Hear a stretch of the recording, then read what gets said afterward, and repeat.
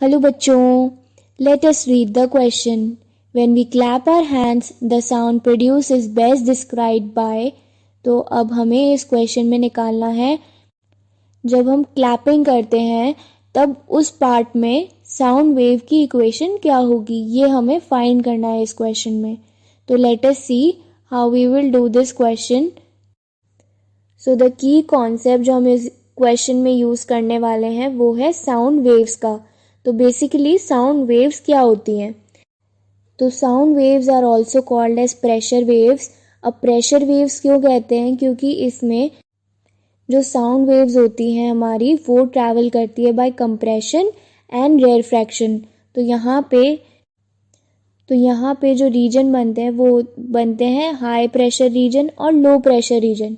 इस वजह से हम साउंड वेव को कहते हैं it is a pressure wave. तो प्रेशर के फॉर्म में अगर हम साउंड वेव की वेव इक्वेशन लिखें, it will be equal to P is equal to P not sine k x minus omega t. तो ये एक जनरल फॉर्म है साउंड वेव का. Also we can write this as P is equal to P not sine k x cos omega t. ये भी एक correct form है sound wave की इक्वेशन का. Also we can represent this by P not cos k x sine omega t. तो ये सब हैं साउंड वेव की इक्वेशन.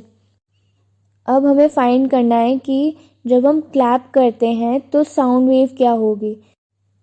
तो जब हम क्लैप करते हैं हैंड्स, तो we do not produce a single wave, we are producing multiple number of waves. और कोई भी वेव यूनिफॉर्म नहीं होती है, they all are non uniform waves. तो इस वजह से साउंड वेव का जो प्रोपोगेशन होगा, साउंड वेव जब हम लिखेंगे तो उसमें प्रेशर का भी वेरिएशन होगा, क्योंकि सारी वेव्स अलग अलग हैं, दे आर नॉन यूनिफॉर्म. तो जब हम इक्वेशन ऑफ साउंड वेव लिखेंगे तो हमें प्रेशर का समेशन करना पड़ेगा, यानी कि हमें हर प्रेशर की टर्म एड अप करनी पड़ेगी, तब जाकर हमें साउंड वेव की इक्वेशन मिलेगी. तो साउंड वेव की equation which is equal to P is equal to summation of P not sine k n x minus omega n t. अब यहाँ पे n है नंबर ऑफ वेव्स जो कि प्रोड्यूस करी हैं during clapping. n is the number of waves that are produced during clapping. So this equation is the most appropriate equation which we can use for the sound wave equation.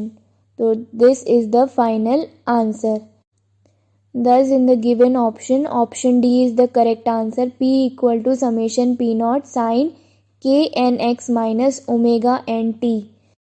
I hope you understood it well. Best of luck.